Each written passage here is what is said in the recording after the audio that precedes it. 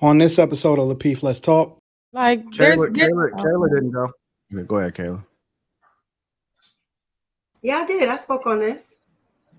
You didn't give your opinion. I guess y'all must have been briefed. I didn't hear. I'm curious to hear. It's probably a carbon copy of what Siobhan said. No, So, I'm curious to hear what Kayla has to say. I want to hear like her in-depth opinion of what it is that she prefers versus, what the norm is. I don't even think like I don't really for what like we like what for why. Why would I want to hear your opinion about it? Well, okay, so if you must, I feel like being broke is played out. So if you work in a 9 to 5 and you still broke, yeah, you played out because there's so many more opportunities. There's so much information out here. You should have been quit that and tried to do something else if you still broke. So that's all I got to say. In my opinion, 9 to 5 men are not played out. They will never be played out. A hardworking man with a steady income is always going to have a market of women that are going to be after them. So I would say 9 to 5 men are absolutely not played out. They won't be. They haven't been. I mean, maybe some people, like the outliers on whatever end of the spectrum, are like, you know what, that's not what they might want. But in terms of just general population, a hardworking man with a steady income that, treats his person right is gonna never be played out. Hey, let me jump in just really quick, man. I agree with everything you said except for one part. I agree that they'll never be played out. I disagree that they will have a steady market of women coming after them, right? Because these women don't understand until they hit the motherfucking wall. They don't understand until reality hits them. And you know what happens, Kay? They come back and say, oh, I should have got with Mr. Stability. I should have got with the nerd that got all A's and had a 4.0 or 3.5 GPA. You know what they chase? Dope boy. Logic just said that shit. Dope boy. PPP scammers. This, that, and the third, whoop-de-whoop. We literally up here having a conversation about a nigga that's willing to get up, sun up to sundown. A 9 to 5er ain't got shit to do with whether he love his job. Maybe the reason why he come home Aggie is because he just fought the fucking world to provide for his family, come home and still got to fight his woman. Ain't got peace in his home, ain't got a meal, ain't got a, hey babe, welcome home. I know you just slayed the dragon for us. I know you just paid the mortgage. I know you just paid the car notes. No, you provided for us to eat. No, we ain't going to Ocean Air. We ain't going to STK tonight. But damn it, babe, I appreciate you. Right? Just had a whole conversation about 9 to 5 men. Hey, listen, man. I'm saying that because I take that a certain way. I'm a blue collar worker.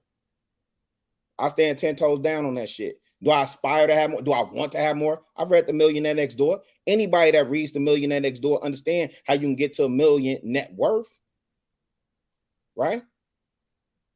But you don't spend, the people that you read about in The Millionaire Next Door didn't spend extra, they stayed. They didn't even reach that status. And maybe somebody else on the panel can explain better than me, because they didn't even reach that status till they late 40s, early 50s. Right? So they say most people don't. Hold on, before you cut in. This whole media rap, this whatever it is that got us hyped up on this live fast, die young, this hyper consumerism, this Gucci, Fendi, Prada. Yo, we got the game all the way fucked up. Because real talk, a lot of us are, if we are coming into wealth, a lot of us are first generation, like first time millionaires, first time billionaires, first time, well, ain't nobody at $1 trillion yet, right? First timer on this shit. So what we talking about with generational what? Should be focused on breaking generational curses. We talking generational wealth. No, you know how that generational wealth is passed down for most people? Through the life insurance policy. That's not always true. I didn't say always. I said most. Tell me most ain't. Tell me most is incorrect. No, I would say a small amount because a lot of people. No. Chicago, really hear me out. Nope, I'm gonna pipe down. You Yeah, said, because you got to think about it. There's a lot of parents out here that actually do not go out and get life insurance policies. That's what people really need to do. As soon, no matter if you have a child or not, you need to go out and get a policy for your children or for somebody else. And that's what it is. There can't be generational wealth if the parents don't know what to do. These parents have no idea. These young adults are having kids so early that they don't know about insurance policies. So they're you listening, Siobhan, you listening to respond. You didn't hear what I said. You were talking about generational wealth. I'm assuming you're comparing that to people that pass down generational wealth. People that pass down generational wealth, do you know how it's accumulated? Primarily through life insurance. That's what I said. And you came back in and said, nope, that's not how it's accumulated. I apologize.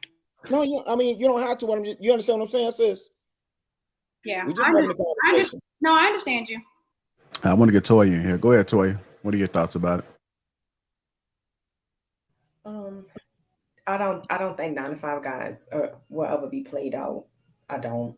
I mean, do I think some women standards are too high? I do.